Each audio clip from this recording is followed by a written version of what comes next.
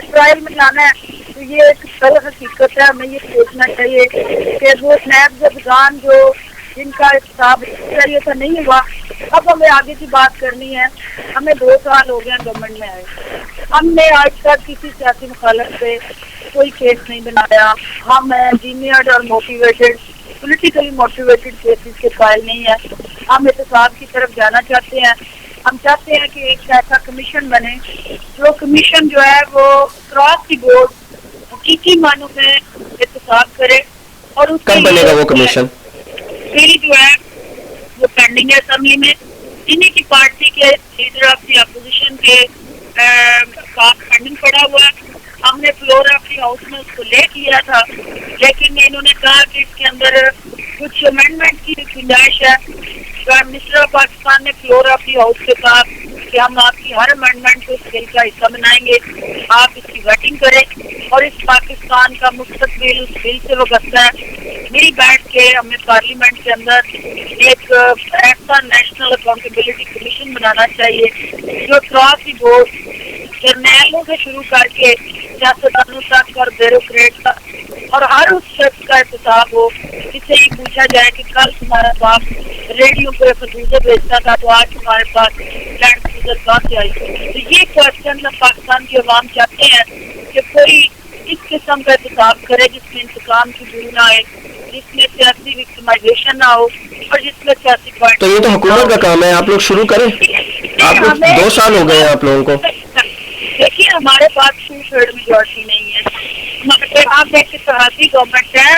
ہمیں اس چیز کو پروو کرنے کے لیے اپوزیشن کی ووٹ چاہیے اور ہم چاہتے ہیں کہ ایک کنسنسس سے یہ بل پارلیمنٹ کے پاس ہو. ٹھیک ہے میں کیپٹن صفدر صاحب کے پاس جاؤں گا. کیپٹن صفدر صاحب, وہ آپ کو لگتا ہے کہ حکومت جو ہے وہ سپریم کورٹ کے فیصلوں پر عمل درآمد کرے گی اور جو منسٹرز ہیں NRO کے تحت جنہوں نے فائدہ لیا ہے, آپ کے خیال میں ان کو کیا کرنا چاہیے اس وقت؟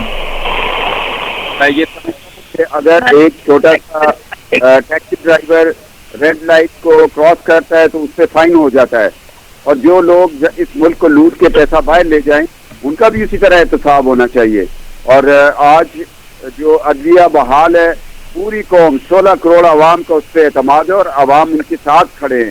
اور وہ یہ چاہتے ہیں کہ وہ کرپٹ ناصر جنہوں نے 60 سال میں اس ملک کو پسماندہ رکھا اور پسماندگی میں اضافہ کرتے جا رہے ہیں, جن کی وجہ سے ٹیکسز میں اضافہ ہوا, جن کی وجہ سے قرضے لینے پڑے, جن کی وجہ سے محرومیاں بڑھی, ان کو آج عدالتی کٹہروں میں آنا پڑے گا.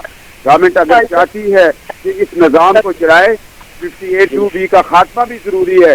17th امینڈمنٹ جو ایک عامر کی دی ہوئی اس آئین کے ساتھ مذاق ہے, اس کو بھی ختم کرنا پڑے گا.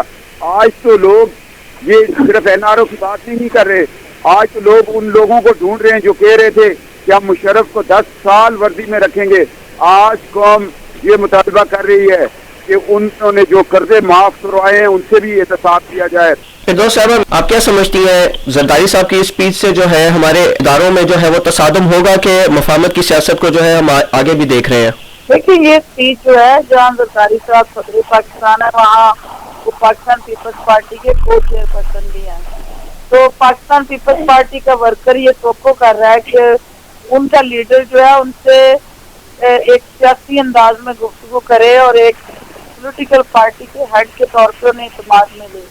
یہ جو گفتگو کی گئی یا تقریر کی گئی ان کا اپنے ورکرز کے ساتھ وہ ایڈریس کر رہے تھے, اور ورکرز کو یہ چیزیں, یہ حقائق, یہ خدشات, یہ سازشیں, یہ اوور آل پولیٹیکل سینیریو اس پہ اعتماد میں لینے کی ضرورت تھی. اور انہوں نے جو کچھ کہا اپنے ورکرز کی نبض پہ ہاتھ رکھا. تو اس حوالے سے میں نہیں سمجھتی کہ ان کی تقریر کے بعد کچھ تصادم کا خطرہ ہے یا خدا نخواستہ ادارے جو آپس میں ٹکرائیں گے. یہ ایک ریالٹیز ہیں کہ ہمیشہ جمہوریت کو پاکستان میں خطرات رہے, چیلنجز رہے, اور نان ڈیموکریٹک فورسز جو ہیں وہ کوئی نہ کوئی ایسا راستہ نکالتی رہیں کہ جس سے من پسند افراد کو آگے آنے کا, مین فرنٹ رول پلے کرنے کا موقع ملتا رہا. لیکن آپ یہ دیکھیں کہ یہ بدقسمتی نہیں ہے کیا کہ پاکستان کی عوام جو ہے کچھ چاہتے ہوں اور چند افراد یا چند مائنڈ سیٹ کے حامل افراد جو ہیں وہ کچھ اور چاہتے ہوں. پاکستان کی عوام کی جو خواہشات ہیں وہ تو کبھی پایا تک نہیں پہنچ سکتا. تو اس لیے یہ تاریخ کی تلخ حقیقتیں ہیں. ہمیں ذہن میں رکھنا چاہیے کہ 30 سال پاکستان میں جمہوریت رہی اور 32 سال عامریت رہی. ایسے ملک کے اندر آپ کیا توقع کریں گے کہ پراسپیرٹی ہوگی, ایک کنڈیوسیو انوائرمنٹ ہوگا جمہوریت کو گرو کرنے کے لیے, یا اوور آل جو امیج پرسیپشن ہے ہماری بحثیت قوم وہ بہتر ہوگی اور لوگوں کے مسائل حل ہوں گے. اس کے لیے ایک consistent sustainable democratic road map کی ضرورت ہے. اور جو موجودہ حالات میں ٹھیک ہے چیلنجز ہیں, گورننس کا ایشو ہو سکتا ہے, کرپشن کے ایشوز ہو سکتے ہیں, لیکن اس کا مطلب یہ نہیں ہے کہ آپ ایک منتخب حکومت کو چند افراد یا چند انڈیویجولز کے کنڈکٹ کے پورا سسٹم بھگتے, پاکستان کے عوام بھگتے ہیں اور یہ ملک بھگتے. پاکستان پیپلز پارٹی جو کرپشن کے ایشو کو ایڈریس کرنے کے لیے اپنے وزراء کو بھی کے خلاف بھی پروسیکیوٹ کر سکتی ہے.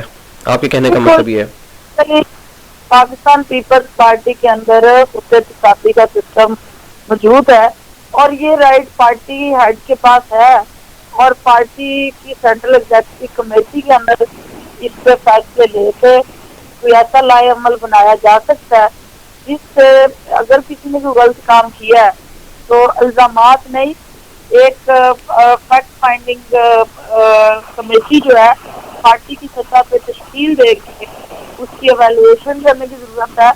اگر واقعی کسی الزام میں کوئی جان ہے اور حقیقت سے اس کا تعلق ہے تو پھر ایسے لوگوں کو, ایسے افراد کو, ایسے وزراء کو اس کیبنٹ میں یا اس حکومت میں رہنے کا حق نہیں ہونا چاہیے. لیکن اگر یہ الزامات کی وجہ سے وکٹمائزیشن کر کے صرف پیپلز پارٹی کے لوگوں کے احتساب کی ضرورت کو محسوس کیا جائے تو یہ زیادتی ہے, اور یہ جمہوریت کے ساتھ زیادتی ہے, ملک کے ساتھ زیادتی ہے. تو احتساب سب کا ہونا چاہیے, اس میں کوئی دو رائے نہیں ہے کہ احتساب جو ہے وہ صرف پیپلز پارٹی کا نہیں بلکہ سب کا ہونا چاہیے. سب سے پہلے ہم اپنے آپ کو احتساب کے لیے پیش کریں. اس میں ہمارے جو اصل طاقت کا خدمہ ہمارے عوام ہیں, اور عوام سے بہتر احتساب کوئی نہیں کر سکتا, اور وہ ڈے آف ججمنٹ آپ کا الیکشن کا دن ہوتا ہے. تو ابھی پاکستان پیپلز پارٹی جیت بلوچستان میں ایک پیرامیٹر کسی بھی پولیٹیکل پارٹی کا جو ہے مقبولیت کا وہ الیکشن ہوتا ہے. تو بھی آپ نے دیکھا ہے کہ تمام سر پروپیگنڈے کے باوجود جس بلوچستان کے عوام نے پیپلز پارٹی کو ووٹ دیے ہیں اور پیپلز پارٹی کی حکومت بنی ہے. تو ہمیں پاکستان کی امیج پرسیپشن کو, پارٹی کے امیج پرسیپشن کو اور لیڈرشپ کے امیج پرسیپشن کو امپروو کرنا. اگر ہم خود ہی اپنے گھر کو برا بھلا کہتے رہیں گے, اپنی لیڈرشپ کو اور اپنے صدر پاکستان کو انٹرنیشنل فورمز پہ ایسی زبان استعمال کریں گے تو کرپشن کے الزامات لگائیں گے, تو مجھے بتائیں تو ملک میں کون آ کے انویسٹمنٹ کرے گا. اس ملک کے اندر اکنامک اسٹیبلٹی کے لیے, آپ کے اکنامک انڈیکیٹرز کو امپروو کرنے کے لیے ایک ٹرسٹ ڈیفیسٹ جو دوسرے لوگوں کا, دوسری اقوام کا اور فارن پاکستان کے اوپر ہے, ہمیں اس ٹرسٹ ڈیفیسٹ کو دور کرنے کے لیے اپنی لیڈرشپ کی بیکنگ کرنی ہے. اور اگر کئی غلطیاں کوتاہیاں ہوئی ہیں تو ہمیں اس کو اپنے گھر میں بیٹھ کے دور کرنا ہے, نہ کہ ہم دنیا میں